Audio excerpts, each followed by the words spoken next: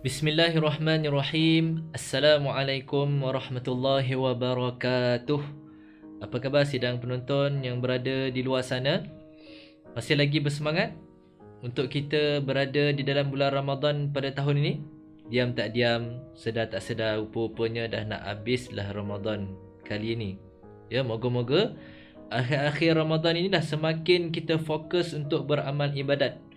Bukannya kita masih memikirkan baju apa nak dia beli, kuih-muih apa yang tak lengkap lagi, langsir rumah dah tukar ke belum, sofa sebagai itu tolak ke tepi tuan-tuan dan puan. Kan saya dah berpesan kepada anda semua supaya persiapan itu dilakukan sebelum Ramadan lagi. Bulan Rejab, bulan Syakban, kalau nak tompah baju raya tu tompah siang-siang.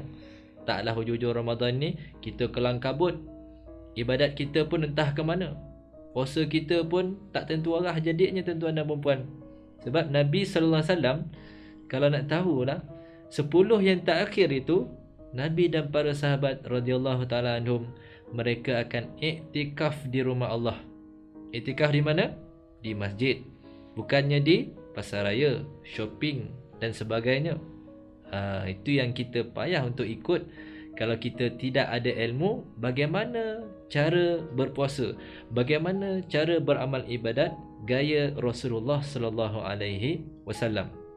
Di hujung Ramadan ini kita ulang kembali ayat yang masyhur, ayat yang sering kita dengar di telinga kita, 185 surah Al-Baqarah. A'udzu billahi minasy syaithanir rajim. شهر رمضان الذي أنزل فيه القرآن هدى للناس وبينات من الهدى والفرقان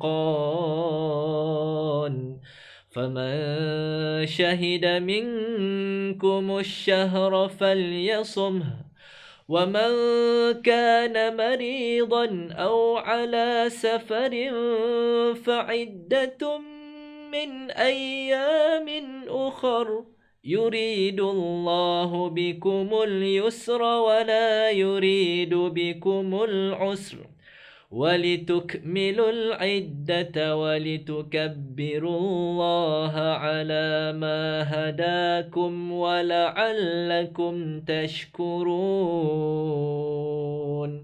صدق الله العظيم. Jadi ayat ni kita sedia maklum ya, cerita tentang Al-Quran itu diturunkan di dalam bulan Ramadan. Maka tidak dapat tidak, mahu tidak mahu, mesti kita lipat gandakan usaha kita membaca Al-Quran kalau boleh sampai khatam. Sempat lagi ni tuan-tuan dan puan-puan. Ya. Ini dibincangkan oleh para ulama kita di dalam mazhab Asy-Syafi'i. Kita mestilah khatam ya 2 kali. Kenapa pula? Sebab mengikut peristiwa yang berlaku kepada Rasulullah sallallahu alaihi wasallam.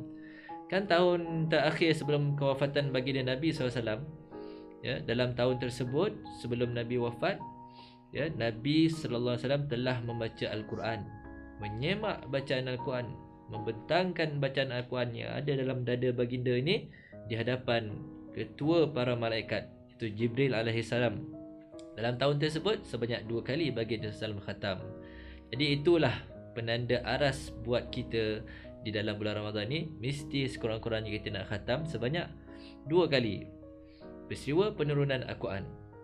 Kemudian di akhir ayat yang saya bacakan itu tadi, ya, walitukmilul iddah, sempurnakanlah tempoh puasa kamu dalam bulan Ramadan ini. Sekiranya bulan Ramadan tahun ini 29 hari, maka 29 harilah kita berpuasa. Sekiranya 30 hari, maka 30 harilah kita berpuasa. Walitukabbirullaha ala ma hadakum.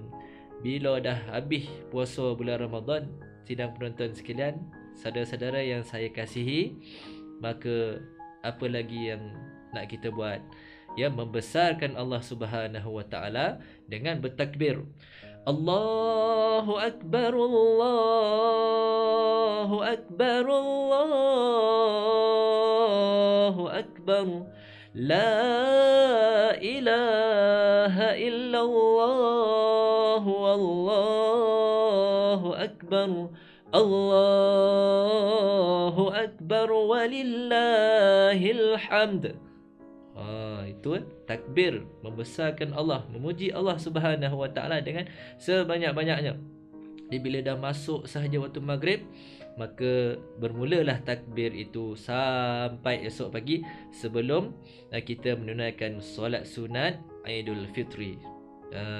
Itu dia tuan-tuan. Bukannya kita melangok depan televisyen, tengok cerita kartun, tengok drama, tengok filem, lalu kita bertakbir pun tidak, memuji Allah pun tidak, berdoa pun tidak. Maka bagaimana Allah Subhanahu wa taala nak menerima amalan kita sepanjang sebulan di bulan Ramadan yang telah lalu?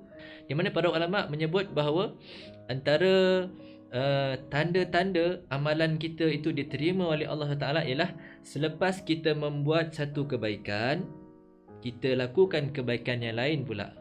Maknanya setelah habisnya bulan Ramadan, maka apabila tiba 1 Syawal, kita bergembira, kita menyambut hari raya, ya, bertakbir, solat raya, dengar khutbah, ya, ziarah menziarahi, kunjung mengunjung, jaga adab dan sebagainya.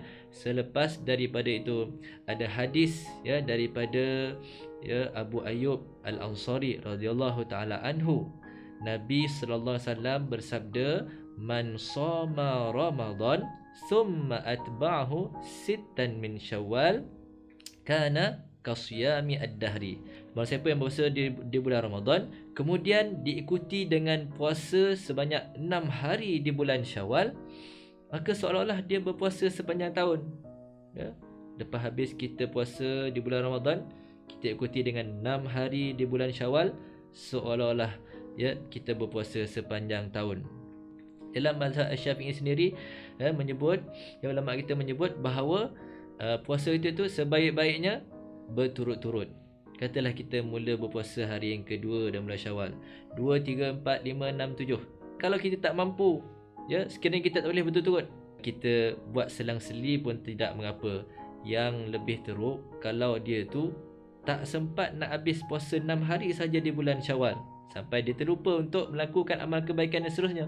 Kalau mak sebut tadi, kalau antara tanda-tanda diterima amalan kita ialah lepas kita buat baik yang ni, ya, bukan berhenti setakat itu saja, bahkan kita buat perkara kebaikan yang lain pula, ya.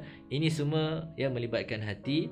Jadi akhir ni insya-Allah saya akan bagi tahu 5 ubat, khamsu dawa al-qalb, 5 ubat bagi penyakit hati. Hati kita ni, semua orang hati akan ada penyakit. Yang pertama, qiraatul Quran. Banyak membaca Al-Quran dan juga mentadabbur isi kandungan Al-Quran. Cuba kita fahami, cuba kita mempelajari tafsir Al-Quran. Yang kedua, qiyamul lail, itu bangun di tengah malam, dia bermunajat, memohon kepada Allah Subhanahu Wa Taala, ya, apa saja yang kita nak, apa yang kita inginkan suatu kita hidup atas muka bumi Allah ni. Jangan lupa doakan saya tau. Yang ketiga, kasratul istighfar, banyak membaca istighfar, ataupun yang lebih tepatnya banyak memohon ampun kepada Allah Azza wa Jalla. Kita ni manusia sering melakukan kesalahan, sering melakukan kesilapan pada perkara yang kecil sampai ke sebesar-besar perkara. Moga-moga Allah ampunkan anda semua dan juga diri saya yang hina ni, tuan-tuan. Yang keempat, ya, duduk bersama orang-orang yang baik, itu orang-orang yang soleh, mujalasatu solihin. Jadi kita cari kawan-kawan yang baik, kawan-kawan yang rajin puasa, kawan-kawan yang rajin bersedekah, kawan-kawan yang rajin menuntut ilmu, barulah kita akan terpalit sama kebaikan itu. Tak boleh kita ikut semua, kita buat sedikit pun alhamdulillah. Dan yang terakhir, ya, khala'ul batni, batnun, nama pun perut. Maknanya perut kita ni jangan terlampau banyak makannya tu. Cukuplah sikit saja makan, ya. Yang selebihnya itu ibadat kita kepada Allah Subhanahu Wa Taala. Moga-moga dengan perkongsian ini dapat memberi sedikit panduan di dalam kita menjalani kehidupan atas muka bumi Allah Subhanahu Wa Taala, yang baik daripada Allah, yang kurang, yang lemah diri saya. Selamat berpuasa di bulan Ramadan, selamat beramal ibadat, selamat menyambut hari raya Aidilfitri. Aku qouli hadza wastaghfirullahal azim li wa lakum. Assalamualaikum warahmatullahi wabarakatuh.